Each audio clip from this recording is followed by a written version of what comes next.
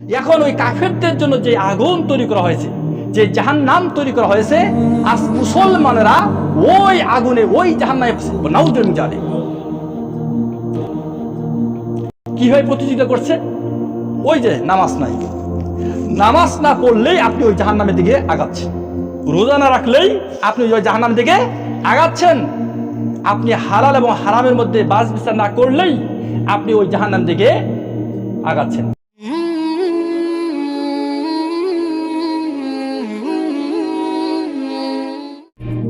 সব ক্ষেত্রে আপনাকে আমাকে বাজ বিচার করে চলতে হবে। তো এই আয়াতটা আমাদেরকে বেশি বেশি এই যে দুনিয়ার এই ধান্দায় পড়িয়া আজকে অধিকাংশ মানুষ আখিরাতকে কি ভুলে গেছে, আখিরাতকে ভুলে গেছে, তার নিজের পায়ে নিজেই কোড়াল মারছে, অত সে বুঝতেছে না যে আমি আমার কতটুকু সর্বনাশ করছি।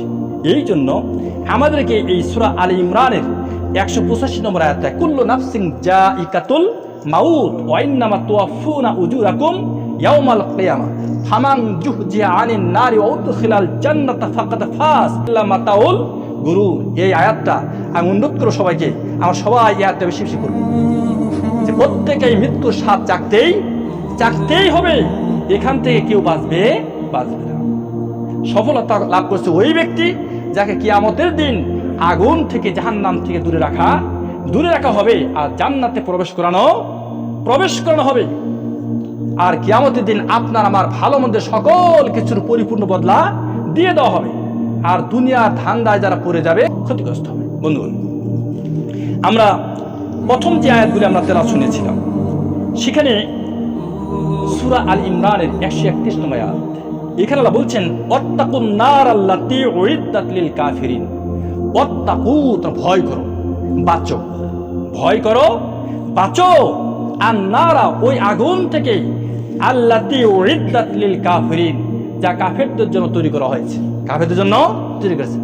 এখন ওই কাফেরদের জন্য যে আগুন তৈরি করা হয়েছে, যে জাহান্নাম তৈরি করা হয়েছে, আজ মুসলমানেরা ওই আগুনে ওই জাহান্নামে নাউজুবিল্লাহ জানে কিভাবে প্রতিযোগিতা করছে।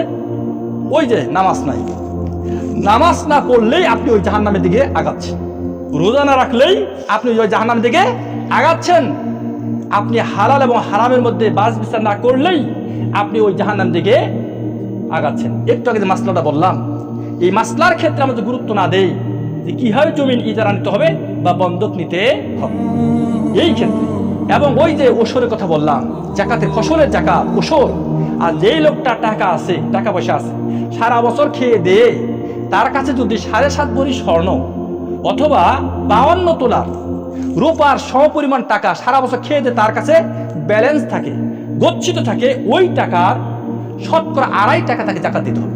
কি দিতে হবে? জাকাত দিতে হবে।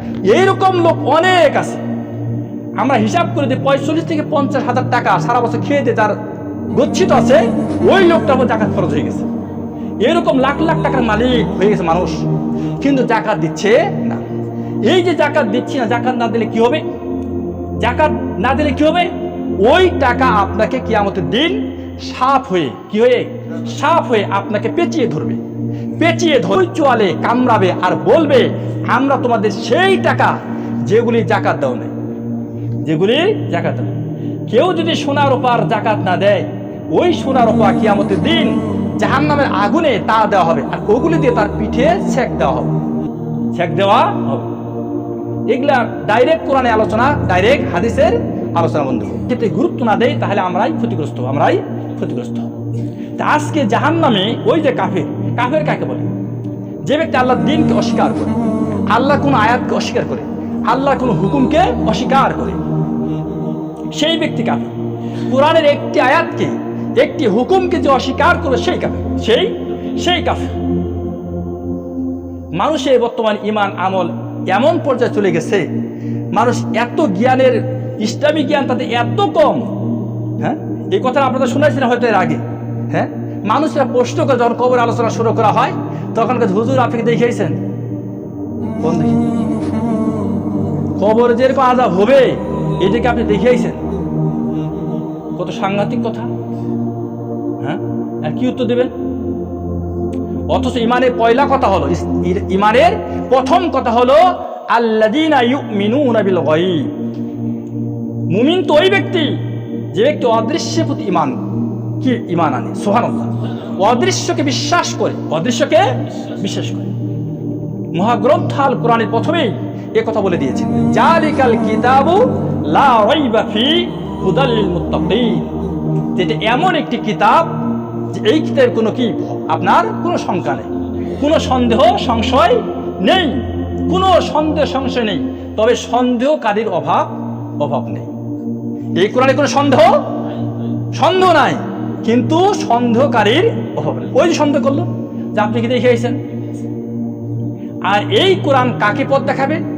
আল্লাহ হুদাল লিল মুত্তাকিন, যারা মুত্তাকি, যারা আল্লাহকে এই যে ওয়াত্তাকু, তোমরা বাঁচো, মুত্তাকি হও, বাঁচো মানে মুত্তাকি হও, পরহেজ করে চলো, বাস বিচার কইরা চলো, হালাল এবং হারামের মধ্যে, ন্যায় এবং অন্যায়ের মধ্যে, হক এবং বাতিলের মধ্যে তুমি বাস বিচার করে চলো, তাহলেই তুমি বাঁচবে, বন্ধুগণ। তাহলে আল্লাহ তাআলা কত সুন্দরভাবে কথাগুলি বলেছেন, তোমরা বাঁচো ওই আগুন থেকে যা তৈরি করা হয়েছে। আমরা কিন্তু এই ক্ষেত্রে একটু গাফিল হয়ে যাচ্ছি, উদাসীন হয়ে যাচ্ছি। আমরা এই জাহান্নাম থেকে বাঁচবো যদি আমরা আল্লাহকে বেশি বেশি ভয় করি,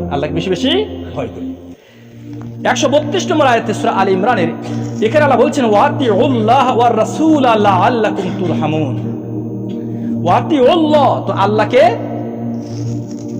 আল্লাহর আনুগত্য করো, ওয়ার রাসূল এবং তার রাসূলের আনুগত্য করো, লাআল্লাকুম তুরহামুন, তাহলে তোমাদের প্রতি অনুগ্রহ বর্ষিত হবে। সুবহানাল্লাহ, তোমরা আল্লাহ এবং তার রাসূলের আনুগত্য করো, তাহলে তোমাদের প্রতি আল্লাহর করুণা বর্ষিত হবে। তা আল্লাহর রহমত যদি পেতে চাই, করুণা যদি পেতে চাই, তাহলে অবশ্যই আল্লাহ এবং রাসূলের আনুগত্য করতে হবে সকল ক্ষেত্রে। কিছু ক্ষেত্রে আল্লাহ এবং রাসূলকে মানলাম, আর কিছু ক্ষেত্রে মানলাম না, তা চলবে না। সকল ক্ষেত্রে আল্লাহ এবং রাসূলকে মেনে চলতে হবে। ইসলাম তো এমন একটা জিনিস, ইসলামে অপূর্ণাঙ্গতা বলতে কিছু নাই। আমরা বলি একটা স্লোগান যে সকল সমস্যার সমাধান দিতে পারে আল কোরআন। এমন কোনো বিষয় নাই যে ওই বিষয়ে আপনার ইসলাম ফায়সালা দেয়। সকল বিষয়ে সঠিক ফায়সালা কোরআন দিয়ে দিয়েছেন। সুবহানাল্লাহ। ওই যে বললাম, তিবিয়ানা লিকুল্লি শাই, প্রত্যেকটা বিষয়ে চুলচিরা আলোচনা মহাগ্রন্থ আল কোরআনে এসেছে। ইসলাম হলো পরিপূর্ণ একটা জীবন ব্যবস্থা। এই কথাটাই কিন্তু মহাগ্রন্থ আল কোরআনে সূরা মায়েদা 3 নম্বর আয়াত বলছে, আল ইয়াউমা আকমালতু লাকুম দীনাকুম ওয়া আতমামতু আলাইকুম নি'মাতি ওয়া রাদিতু লাকুমুল ইসলাম দীনা। আল্লাহ বলছে, আমি আজকে ইসলামটাকে পরিপূর্ণ করে দিলাম, তোমাদেরকে যে নিয়ামত অনুগ্রহ দেওয়ার কথা ছিল তাও পরিপূর্ণ করে দিয়ে দিলাম, তোমাদের জীবন ব্যবস্থা হিসাবে মনোনীত করলাম। সুবহানাল্লাহ। ওয়া রাদিতু লাকুমুল ইসলামা, ইসলামকে তোমাদের দ্বীন হিসাবে আমি মনোনীত করে দিলাম। সুবহানাল্লাহ। ইন্নাদ দীনা ইনদাল্লাহিল ইসলাম, ইসলাম ছাড়া অন্য কোনো দিন, অন্য কোনো জীবন ব্যবস্থা, অন্য কোনো ধর্ম আল্লাহর কাছে গ্রহণযোগ্য নয়। এই জন্য আল্লাহ অন্যত বলছে, আফা গায়রা দীনিল্লাহি ইয়াবগুনা, তারা কি আল্লাহর দিন ছাড়া অন্য কোনো দিন তালাশ করে নাকি? এদের হইল কি? এদের কি হয়েছে যে আল্লাহর দিন ছাড়া, ইসলাম ছাড়া অন্য কোনো দিন তারা তালাশ করছে? বন্ধুগণ, আল্লাহ রাসূলের আনুগত্য করলেই আমরা আখিরাতে নাজাত পাবো, মুক্তি